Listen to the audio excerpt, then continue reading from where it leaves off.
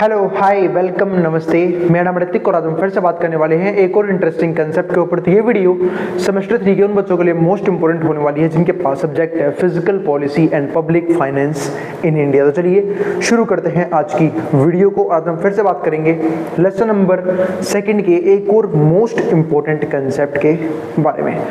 और इस complete series के नोट्स भी ऑलरेडी प्रिपेयर हो चुके हैं with important question answer PDF. जिन बच्चों को नोट्स परचेज करने हैं वो इस नंबर पर जाए 9667836333 पे व्हाट्सएप करके नोट्स ले सकते हैं। और हम चालू करते हैं कंसेप्ट। तो जो लेसन नंबर 2 है हमारे पास वो क्या है, social security, health, education and pension reform. तो अभी भी दो टॉपिक्स हमारे बाकी हैं। एक तो एजुकेशन के बारे में हमने डिस्कस करना चालू कर दिया है, इसके अलावा पेंशन रिफॉर्म जो हम डिस्कस करेंगे आने वाले टॉपिक में। तो पहले बात करते हैं एजुकेशन के टॉपिक के बारे में। इससे पहले हमें समझना होगा कि क्वेसी मार्केट का मतलब क्या होता है। यहाँ पे एक चीज लिखी हुई है, एजुकेशन क्वेसी मार्केट।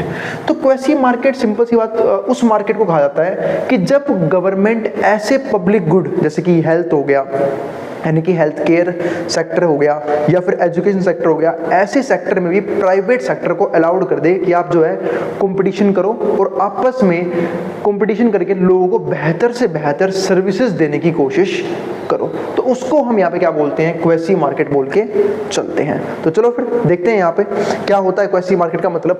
तो phrase quasi market describes a situation, ये एक ऐसी सिचुएशन को बोलते हैं in which independent private players are permitted to compete in the market and public services। तो जहां पे जो प्राइवेट प्लेयर्स होते हैं वो कहीं ना कहीं परमिट कर दिए जाते हैं कि भाई आप कॉम्पीट करो मार्केट के अंदर, and public services such as education and health are no longer exclusively provide by government. तो ये जो चीजें हैं वो गवर्नमेंट प्रोवाइड नहीं करती, क्योंकि हम जानते हैं कि मेनली पब्लिक गुड्स जो हैं, फॉर एग्जांपल हेल्थ हो गया, है ना, हेल्थ केयर सेक्टर इंडस्ट्री, जहां पे हम बात करते हैं कि पब्लिक हॉस्पिटल्स होने चाहिए, अच्छा इंफ्रास्ट्रक्चर होना चाहिए ताकि वो लोग जिनके लिए इलाज अफोर्डेबल नहीं होता वो लोग भी इलाज करवा पाएं।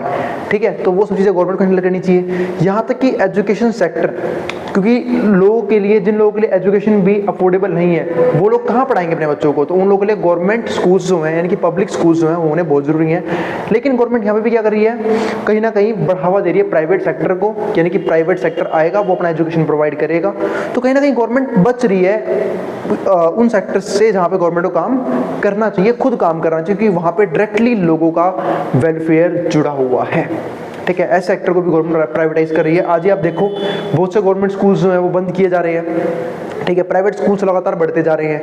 लोग जो है प्राइवेट स्कूल्स में एजुकेशन प्रोवाइड करना ज़्यादा पसंद करते हैं या फिर करवाना ज़्यादा पसंद करते हैं as compare to government schools, क्योंकि गवर्नमेंट स्कूल्स की हालत इतनी अच्छी नहीं है ना। वहाँ पे बहुत सारी दिक्कतें होती हैं, जैसे फॉर एग्जाम्पल फैसिलिटीज़ प्रॉपर नहीं है, पढ़ाया अच्छे से नहीं जाता, बहुत सी दिक्कतें आती हैं, जो कि मेरा मानना ये है कि government teacher as compare to private teacher ज़्यादा क्वालिफाइड होते हैं। अगर देखें तो वैसे तो टीचर टीचर होता है, लेकिन फिर भी चूंकि उसने गवर्नमेंट एग्जाम क्रैक किया जो कि इतना ईजी नहीं होता, हम सबको पता है कि कॉम्पिटिटिव एग्जाम्स में, ठीक है, गवर्नमेंट एग्जाम क्रैक करना इतनी इजी नहीं होता। उसके पास लर्निंग स्किल्स ज़्यादा होंगी, ज़्यादा अच्छे से पढ़ा सकते हैं वो। लेकिन दिक्कत क्या है कि पुअर फैसिलिटीज़ की वजह से, पुअर इंफ्रास्ट्रक्चर की वजह से गवर्नमेंट स्कूल्स में पढ़ाई नहीं होती है। इसलिए ज़्यादातर लोग जो हैं वो अपने बच्चे को प्राइवेट स्कूल्स में पढ़ाना शुरू करते हैं, तो प्राइवेट स्कूल्स में या फिर प्राइवेट ट्यूशंस करवाते हैं। तो वो सब चीज़ें होती हैं, है ना कहीं एजुकेशन सेक्टर के अंदर, यानी कि कहीं ना कहीं हम कह सकते हैं कि एजुकेशन सेक्टर भी क्या हो रहा है, प्राइवेटाइज किया जा रहा है। और सेम ऐसा ही हाल किसका है, हेल्थ केयर सेक्टर का भी है, कि हेल्थ केयर सेक्टर में भी क्या है, पुअर फैसिलिटीज़ हैं, ठीक है, पुअर इंफ्रास्ट्रक्चर है, जिसकी वजह से लोग जो हैं वो अपना इलाज गवर्नमेंट हॉस्पिटल में ना करवा के प्राइवेट हॉस्पिटल्स में करवाना पसंद करते हैं। तो ये कुछ दिक्कतें हैं और इन्हीं को यहाँ पे क्या बोलते हैं, क्वेसी मार्केट बोल के चलते हैं। अब आगे समझते हैं। Quasi markets are institutional setups intended to extend the concept of market and competition to the provision of services। तो ये कहीं ना कहीं ऐसे सेटअप्स होते हैं जो कहीं ना कहीं इसलिए सेटअप किया जाता है ताकि इकोनॉमी के अंदर कंपटीशन क्रिएट हो, तो इकोनॉमी और ज़्यादा बेहतर हो सकती है। और यही नहीं, उन सेक्टर्स में कहीं ना कहीं एफिशिएंसी भी आएगी, जो मैं मानता हूँ, क्योंकि जहाँ जहाँ प्राइवेट सेक्टर एंटर करता है वहाँ पर वो लोग सिर्फ प्रॉफिट के लिए काम नहीं करते, क्योंकि उन्हें पता है कि प्रॉफिट जब भी मिलेगा जब वो कहीं ना कहीं एफिशिएंट होके और इफेक्टिव तरीके से अपने काम को करेंगे। तो वही चीज़ यहाँ पे है कि कहीं ना कहीं सर्विसेज के मामले में भी हम जो है मार्केट के अंदर कंपटीशन क्रिएट करना चाहते हैं, इसलिए हम क्वेसी मार्केट की हेल्प लेते हैं। While preserving the free and open access that is essential to welfare state idea. लेकिन चीज़ें ये भी तो है कि कहीं ना कहीं लोगों का वेलफेयर भी जरूरी है। और अगर प्राइवेट सेक्टर एजुकेशन जैसी इंपॉर्टेंट सेक्टर में एंटर करता है तो ये कर रहा है और कर चुका है, या फिर जब हम बात करते हैं हेल्थ केयर सेक्टर में एंटर करता है, तो ऐसे केसेस में लोगों का वेलफेयर जो है वो नहीं हो पाएगा, क्योंकि बहुत से लोगों के लिए चीज़ें तब भी अनअफोर्डेबल रहेंगी, चाहे वो हेल्थ के लेवल पे हो चाहे वो एजुकेशन के लेवल पे हो, तो कहीं ना कहीं वेलफेयर का नुकसान जो है वो होगा। अब आगे समझते हैं। Goal of competitive bidding is to reduce cost while increasing productivity. अब जो गोल है कॉम्पिटिटिव बिडिंग की, उसका मतलब क्या होता है कि तो कॉस्ट कम से कम आए, कॉस्ट रिड्यूस हो, क्योंकि कॉस्ट कब रिड्यूस होती है? कंपटीशन में। आजकल आप देखो ना कि जो चीजें पहले लोगों के लिए अनअफोर्डेबल होती थी वो अफोर्डेबल हो रही है। क्यों अफोर्डेबल? क्योंकि कंपटीशन तो फालतू है, प्रोड्यूसर्स के बीच में कंपटीशन कम नहीं है, वो लोग भी आपस में लड़ रहे हैं, वो लोग भी कोशिश कर रहे हैं कि बेस्ट से बेस्ट फीचर, बेस्ट से बेस्ट क्वालिटी कम से कम प्राइस में मिले लोगों को। और उसका बेनिफिट किसको मिल रहा है? कंज्यूमर्स को, क्योंकि कंज्यूमर को बेस्ट से बेस्ट फैसिलिटीज, बेस्ट से बेस्ट फीचर कम से कम प्राइस में अवेलेबल करवाए जा रहे हैं, क्योंकि लड़ कौन रहे हैं? प्रोड्यूसर्स। उसका बेनिफिट किसको है? कंज्यूमर्स को। तो वो चीजें हैं। तो जो गोल होता है कॉम्पिटिटिव बिडिंग का, वो कहीं ना कहीं कॉस्ट को रिड्यूस करता है व्हाइल इंक्रीजिंग प्रोडक्टिविटी। और यही नहीं, प्रोडक्टिविटी इंक्रीज होती है। It was thought that quasi markets would make it possible to produce services more effectively. क्योंकि मैं मान के चलते हैं कि जो क्वेसी मार्केट है वो जो सर्विस प्रोड्यूस करेगी वो मोर इफेक्टिवली प्रोड्यूस करेगी विदाउट इंडेंजरिंग सोसाइटल वेलफेयर, बिना सोसाइटल की वेलफेयर को हार्म किए हुए, जैसा मैंने आपको समझाया था। तो since one of the goals of establishing quasi markets is to increase rivalry among various service providers. तो कहीं ना कहीं ये लोग यहाँ पे ना चाल क्या होती है गवर्नमेंट की, राइवलरी क्रिएट करते हैं प्रोड्यूसर्स के बीच में, सर्विस प्रोवाइडर्स के बीच में, ताकि उसका बेनिफिट डायरेक्टली किसको मिले? कंज्यूमर्स को मिले। और एक मानना ये भी है कि कहीं ना कहीं गवर्नमेंट को ये लगने लग गया है कि गवर्नमेंट का काम जो है ना वो एडमिनिस्ट्रेशन करना है, ना कि बिजनेस को रन करना। तो बिजनेस को अच्छे तरीके से कौन चला सकता है? Private sector. तो वो प्राइवेटाइज हमें करना चाहिए। लेकिन दिक्कत पता है इस चीज़ की एक और है कि कहीं ना कहीं हम जो है वो बढ़ रहे हैं कैपिटलिस्टिक इकोनॉमी की तरह। और जब भी कोई इकोनॉमी कैपिटलिस्टिक इकोनॉमी की तरह बढ़ती है तो वेलफेयर हमेशा कम होता चला जाता है। हाँ, इकोनॉमिकली एफिशिएंसी आती है, इकोनॉमिकली हम बूस्ट अप करेंगे, लेकिन जो ज़्यादा गरीब लोग हैं जिनके लिए चीज़ें अनअफोर्डेबल है, उनके लिए चीज़ें और ज़्यादा अनअफोर्डेबल हो जाएंगी। उनके लिए गुड्स खरीदना, सर्विस खरीदना उतना ही क्या हो जाएगा? मुश्किल होता चला जाएगा। तो ये सब कुछ नुकसान होते हैं क्वेसी मार्केट्स की वजह से। अब समझते हैं यहाँ पे आगे conventional markets and quasi markets. यानी कि कन्वेंशनल मार्केट में हम किसकी बात करते हैं? जो पुराने जमाने में यूज करते थे, है ना। और दूसरा क्वेसी मार्केट्स में क्या डिफरेंसेस हैं? Because there is no government. अगर मान लो कोई भी government, no government monopoly on provision of services. Service के केस में गवर्नमेंट जो है किसी भी तरह का हस्तक्षेप, क्या बोलते हैं उसे, इंटरफेयर नहीं कर रही, ठीक है। अच्छा, हिंदी में क्या बोलते हैं इसे? हस्तक्षेप, हाँ, जो भी बोलते हैं ऐसा ही कुछ वर्ड होता है, काफ़ी मुश्किल वर्ड है वैसे। हाँ, आगे समझते हैं। क्वेसी मार्केट्स यानी कि इंटरफेयर नहीं कर रही है, एक नंबर का वर्ड है इंग्लिश का, इंटरफेयर नहीं कर रही है, ठीक है। Quasi market share with conventional markets. तो क्वेसी मार्केट शेयर करती है कन्वेंशनल मार्केट के साथ the fundamental attribute of a competitive market structure. यानी कि वो धीरे धीरे कन्वेंशनल मार्केट स्ट्रक्चर को चेंज कर रही है कॉम्पिटिटिव मार्केट स्ट्रक्चर में। अब यहाँ पे दो चीज़ें समझते हैं कैसे कर रही है, वो समझते हैं। पहला क्या? Government permits the establishment of quasi market, क्योंकि गवर्नमेंट कहीं ना कहीं साथ दे रही है क्वेसी मार्केट की एस्टैब्लिशमेंट्स में, ठीक है। बाय इंकरेजिंग कंपटीशन, कंपटीशन को इंकरेज कर रही है बाय क्लियरली डिफाइंड लीगल और लेजिस्लेटिव प्रोविजंस। और यही नहीं, लीगल प्रोविजंस बनाए जा रहे हैं, लेजिस्लेटिव प्रोविजंस बनाए जा रहे हैं। Latter regulates the market. और यही नहीं, बाद में कोशिश करिए कि हम उस मार्केट को रेगुलेट भी करेंगे। दूसरा हमारे पास पॉइंट क्या आया? Majority of time quasi markets produce services for social welfare. और मेजॉरिटी ऑफ टाइम यानी कि ज़्यादा टाइम की अगर हम बात करें, एक लंबे टाइम पीरियड की, फिर मेजोरिटी की बात करें तो जो क्वेसी मार्केट है वही फोकस करे कैसे ऐसी सर्विसेज, ऐसे गुड्स बनाए जाएं जो सोशल वेलफेयर में लोगों की हेल्प करें। तो ये दो पॉइंट आए। तीसरा हमारे पास पॉइंट क्या है? Typical subscriber. सब्सक्राइबर कौन होता है? जो उस सर्विस का फायदा उठाता है ना। जैसे हम लोग भी बहुत सारे ऐप्स के सब्सक्रिप्शन लेते हैं, पढ़ाई वाले छोड़ के, है ना। फॉर एग्जाम्पल नेटफ्लिक्स हो गया, हॉटस्टार हो गया, है ना, इन सब चीज़ों के। तो typical subscriber, regulator and buyer of service is the government और पब्लिक सेक्टर। तो ये कहीं ना कहीं रेगुलेट करते हैं। And buyer of service is the government और पब्लिक सेक्टर। और कई बार जो उस सर्विस की बायर होती है वो या तो खुद गवर्नमेंट होती है, फिर खुद क्या होती है? पब्लिक सेक्टर भी होती है। एक मिनट वेट करना, फिर डिस्कस करते हैं। चलो फिर अब आगे डिस्कस करते हैं। हाँ, तो किस चीज़ के बारे में बात करें हमें? फोर्थ पॉइंट के बारे में।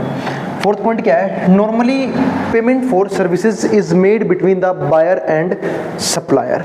जो पेमेंट है वो सर्विसेज किसके बीच में होती है? बायर और सप्लायर के बीच में, rather than user at time of consumption, ठीक है। कंजप्शन के टाइम पे, आप ये कह सकते हो, या फिर उससे पहले भी कई बार प्रीपेड सर्विस भी हम ले लेते हैं, पोस्टपेड भी ले लेते हैं, जिसका बिल आता है बाद में। तो सर्विसेज के अपने अपने तरीके होते हैं, ठीक है। तो ये हमारे कुछ पॉइंट आए क्वेसी मार्केट के बारे में। अब क्वेसी मार्केट की सक्सेस किन किन चीज़ों पे डिपेंड करती है वो समझ लेते हैं। तो क्वेसी मार्केट सक्सेस रिक्वायरमेंट, पहला क्या आया, अ कॉम्पिटिटिव मार्केट एनवायरनमेंट। एक कैसा एनवायरनमेंट है, एक कॉम्पिटिटिव मार्केट एनवायरनमेंट होना चाहिए। मतलब एक ऐसा एनवायरनमेंट जहाँ पे बहुत से सर्विस प्रोवाइडर हैं जो आपस में लड़ रहे हैं, क्योंकि जब वो आपस में लड़ेंगे तो कहीं ना कहीं बेटर फीचर्स कम से कम रेट पे देने की कोशिश करेंगे, जिसका बेनिफिट किसको मिलेगा, नॉर्मल पीपल्स को। दूसरा क्या होगा, providing users with sufficient information to enable them to make informed decision, यानी कि यूजर को एक प्रॉपर इंफॉर्मेशन दिया जाना भी काफी इंपॉर्टेंट है, ताकि वो एक इन्फॉर्म्ड डिसीजन या फिर एक अच्छा डिसीजन ले पाए उस गुड्स को और सर्विस को यूज करने के ऊपर। तीसरा point, low transaction cost and uncertainty. Transaction cost क्या होनी चाहिए, बहुत ज़्यादा कम होनी चाहिए, और अनसर्टेनिटी भी बिल्कुल भी, मतलब ये भी कम होनी चाहिए, लो अनसर्टेनिटी। फोर्थ क्या है, financial considerations provide the service provider with motivation. तो जो फाइनेंशियल कंसिडरेशन है, प्रोवाइड द सर्विस प्रोवाइडर, ठीक है, जो हम सर्विस प्रोवाइडर को प्रोवाइड करेंगे विद मोटिवेशन, यानी कि कहीं ना कहीं हम सर्विस इस तरीके से लेते हैं या फिर इस पर्पस से लेते हैं कि हमें जो सेटिस्फैक्शन हो मैक्सिमम मिले। और जब सर्विसेज जो है हमें इस रेट से मिलेंगी कि वो हमें फुल्ली सेटिस्फाई कर पा रही है या फिर मैक्सिमम सेटिस्फैक्शन प्रोवाइड कर पा रही है, तो हम जो है वो पेमेंट आराम से खुश होकर कर पाएंगे। इसलिए हम क्या बोलते हैं कि जनरली बिजनेसेस जो है वही टिक पाते हैं जो कोशिश करते हैं कि हम वैल्यू ज़्यादा की क्रिएट करेंगे और पैसा कम रखेंगे, क्योंकि ऐसे केसेस में ना चांसेस बढ़ जाते हैं उस बिजनेस के सक्सेसफुल होने के। फिफ्थ पॉइंट क्या आता है, lack of selection, avoidance and cream skimming, equality problem. तो लैक ऑफ सिलेक्शन, ठीक है, यानी कि लैक ऑफ सिलेक्शन हो गया, avoidance of cream skimming, equality problem.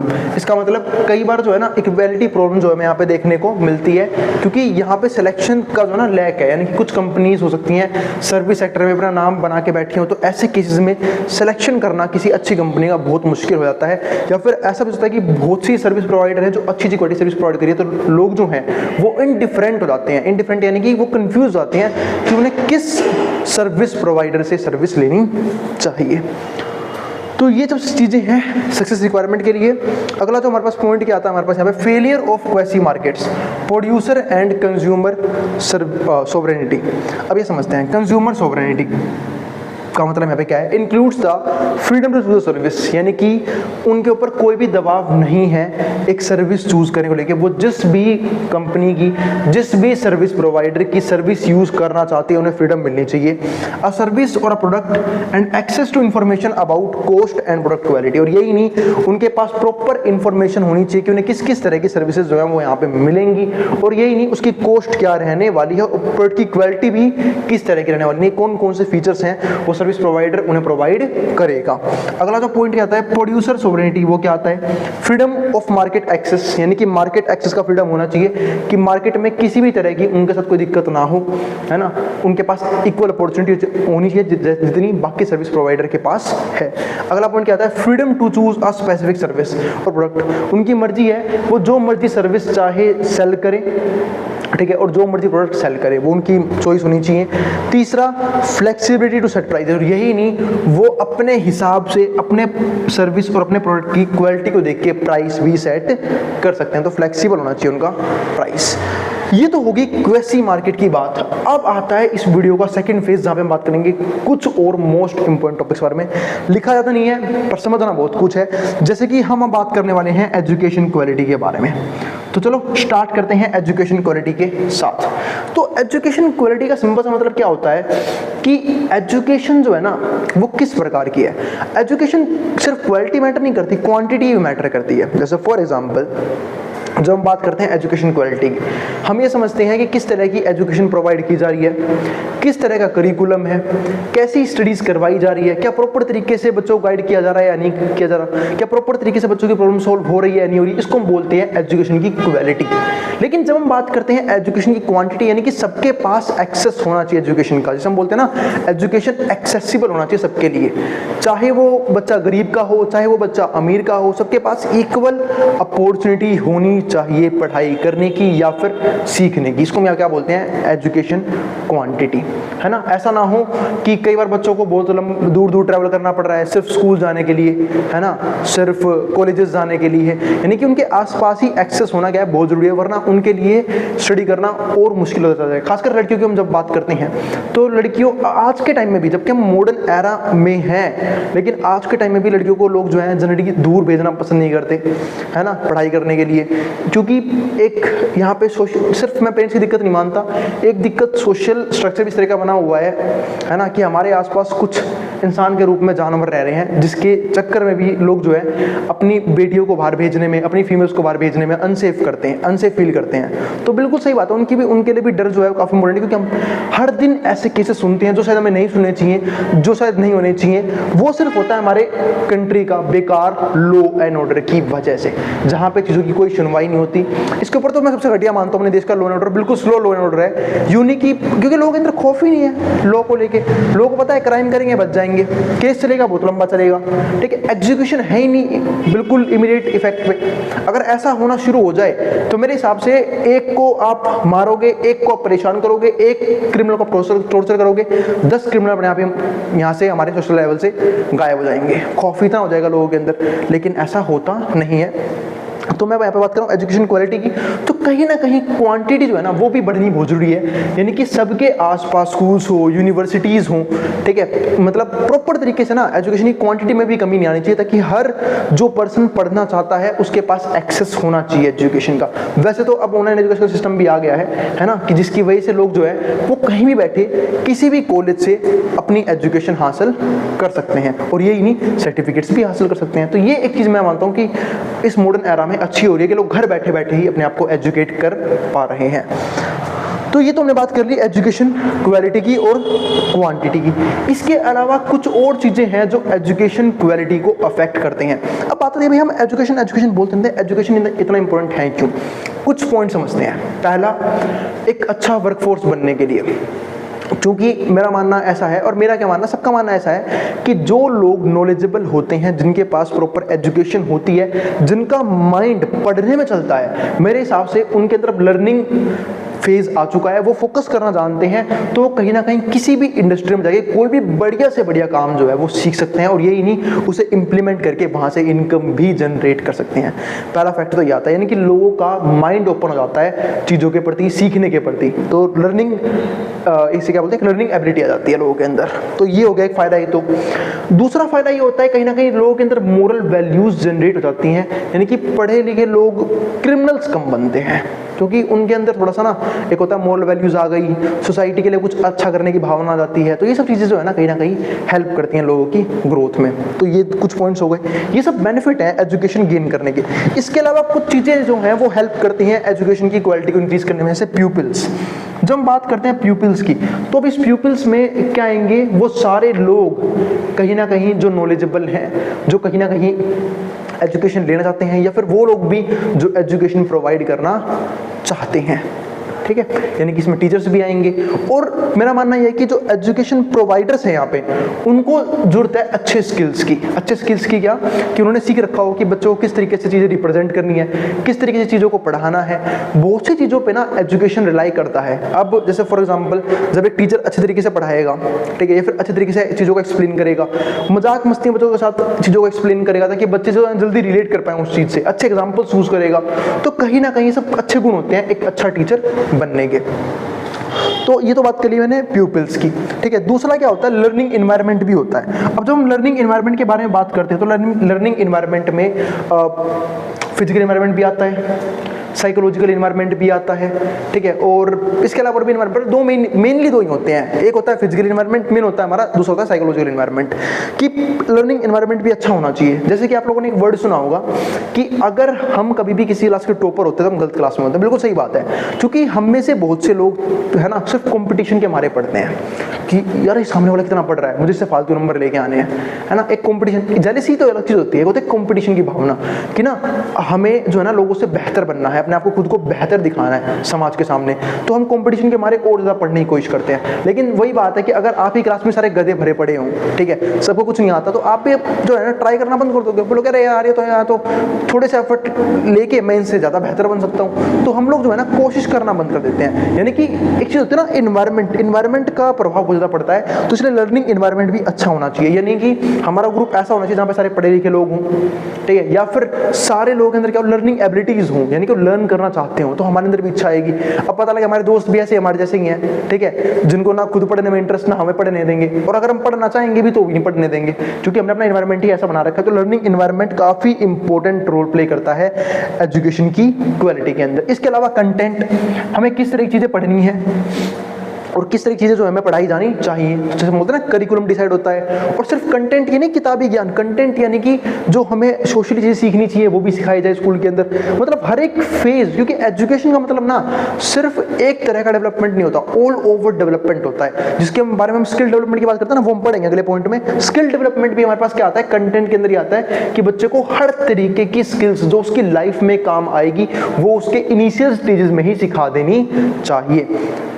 तो ये हो गया कंटेंट। इसके बाद क्या होता है, पेडागोजी। जब मैं बात करता ना यहाँ पे कि टीचर्स के अंदर प्रॉपर जो है नॉलेज होनी चाहिए, है ना। जैसे हम बहुत बार ये भी देखते हैं कि टीचर्स के पास प्रॉपर खुद एबिलिटी नहीं है उस प्रॉब्लम को सोल्व करने की, है ना। और मेरा मानना है कि टीचर भी ह्यूमन बींग होते हैं, मैं खुद एक टीचर हूँ तो मैं जानता हूँ हम भी एक ह्यूमन बींग है, हमें सब कुछ नहीं आता, बट हम सीखने की कोशिश तो कर सकते हैं। जैसे सपोज करो कि कई बार मैं ऐसे टीचर, जैसे पहले मैंने जब पढ़ाना स्टार्ट किया था मैं भी ऐसे करता था कि पहले मैं घर से सीख के आता था मुझे पढ़ाना किस तरीके से है। जब मैं ऑफलाइन में मैंने पढ़ाना शुरू किया तब मैंने समझा कि भाई बच्चों को किस तरीके से पढ़ाया जाना है, किस तरीके से मैं पढ़ा सकता हूँ बच्चों को, ठीक है, कैसे रिप्रेजेंट करना चीज़ों को ताकि बच्चों को और बेहतर तरीके से समझ में आए, कौन से डायलॉग्स में यूज़ कर सकता हूँ। तो वो सब चीज़ें हमने सीखी हैं टाइम लगा के। तो पेडागोजी इस चीज़ को बोलते हैं कि टीचर जो है वो अपने ज्ञान को, अपनी नॉलेज को इस तरीके से सामने वाले को रिप्रेजेंट करे कि उसको ईजिली सब कुछ समझ में आ जाए।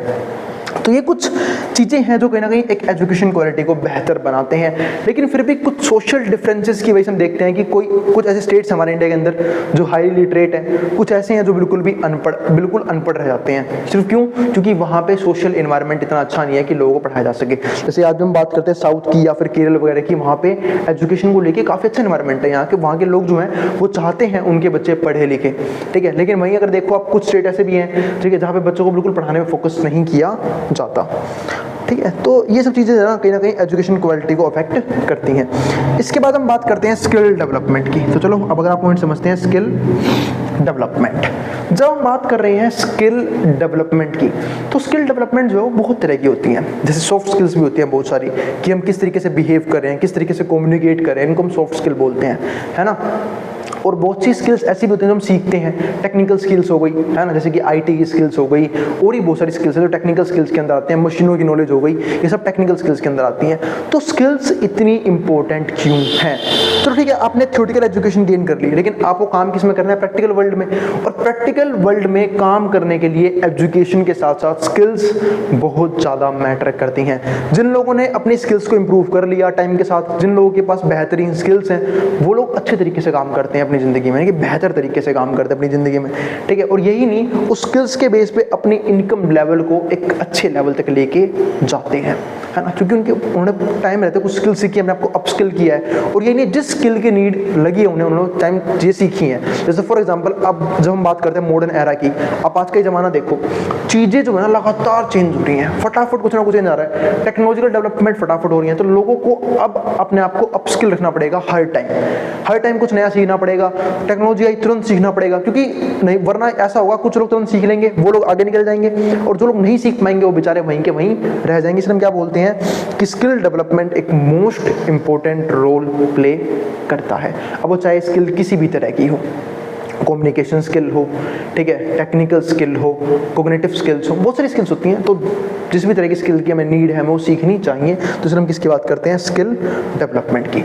अभी भी कुछ चीज़ें बाकी हैं, जैसे कि टेक्निकल एजुकेशन में और वोकेशनल एजुकेशन में क्या डिफरेंसेस हैं, वो हम डिस्कस करेंगे अगले टॉपिक में। तो अगर वीडियो पसंद आई हो तो वीडियो को लाइक किए बिना मत जाना, और चैनल को सब्सक्राइब भी कर देना ऐसी वीडियोज़ के लिए। उन बच्चों में शेयर भी कर देना जिन बच्चों को एग्जाम होने वाला हो सेम सब्जेक्ट का। और फिर भी कोई भी क्वेरी हो, कोई भी डाउट रह जाए, कोई भी सजेशन हो, आप कमेंट बॉक्स में कमेंट कर देना, मैं उस क्वेरी को सॉल्व करने की पूरी कोशिश करूंगा। अब हम मिलेंगे अगली वीडियो में। नोट्स के लिए आप इस नंबर व्हाट्सएप करके नोट्स ले सकते हैं। अब जिसको जो उतारना है वो उतार सकता है, मैं बोर्ड के सामने से।